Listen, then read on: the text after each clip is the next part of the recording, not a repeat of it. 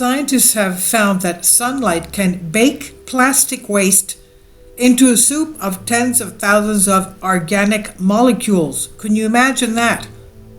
Leave a cheap plastic bag in the sun long enough and it'll eventually crumble into a powdery mess, its petrochemical fragments destined to be blown far and wide by the elements. Now, these microplastic fragments, considered a major ecological hazard, all on their own might not even be the worst thing to come out of this disintegration. A study by researchers from Woods Hole Oceanographic Institute finds sunlight is not just capable of breaking plastic down, it can even convert their base polymers and additives into a soup of new chemicals. This process is not exactly slow either, with a variety of plastic bags experimented upon leaching a significant mix of soluble organic carbon compounds after being exposed to sunlight for less than 100 hours. Now, in spite of so many communities around the globe taking the environmental cost of convenience in a shopping bag seriously, it's still all too messy to find a retailer that's keen to handle over a single-use sack of polyethylene with your purchase. Once used, there's an all too likely chance the bag will find its way into a landfill rather than a recycling plant, or worse still, exposed somewhere out in the landscape where eventually it flutters away into waterways or the ocean to join the astonishing 640,000 tons of plastic dumped by commercial fishing every year. Kindly support my Patreon account since YouTube has again demonetized my YouTube channel. The daily posts are 5 videos daily, and they are totally different from what I have on my YouTube channel.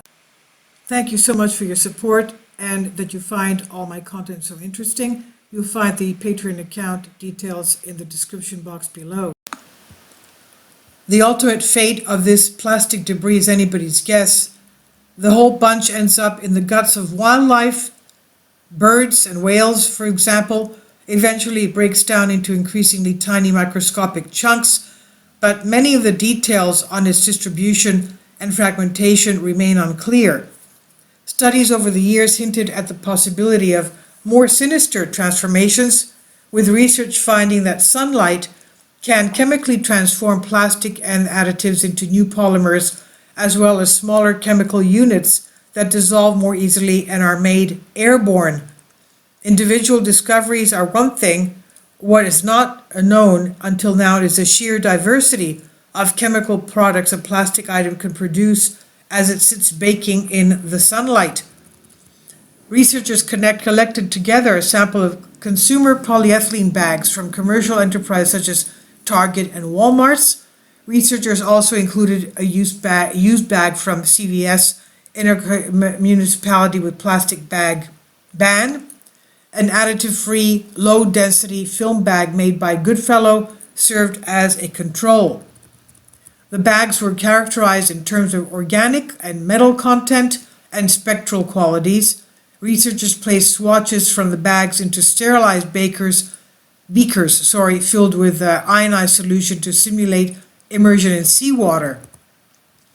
Half of the beakers went in a dark drawer for 6 days, and the rest were left in a temperature-controlled chamber for 5 days, bathed in a constant stream of radiation that mimicked the effects of sunlight.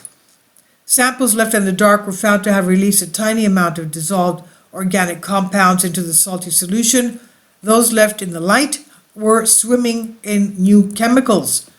The used CVS bags presented the greatest difference in concentrations between the darkened container and the one exposed to sunlight, a measure that only went up the longer it was left in the light.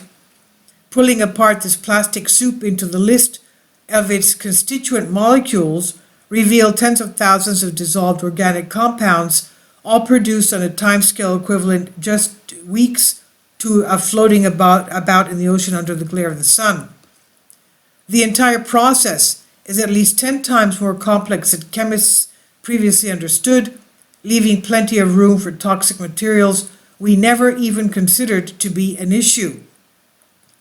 Chemist Colin Ward says, "It's astonishing to think that sunlight can break down plastic which is essentially one compound that typically has some additives mixed into tens of thousands of compounds that dissolve in water.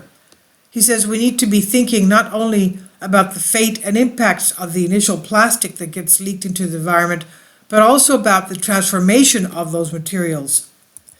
Precisely what those compounds do in the environment or the tissues of the organisms living in it is now the big question. In low concentrations, there might be relatively little to worry about, but as that plastic waste piles up in an ever-increasing environmental catastrophe, those concentrations could climb to levels we wished we'd paid attention to sooner, obviously. He says if the goal is to understand the fate and impacts of these materials, we need to study plastics that are representative of those that are actually leaked into the environment, as well as study the weathering process acting on them, says Ward.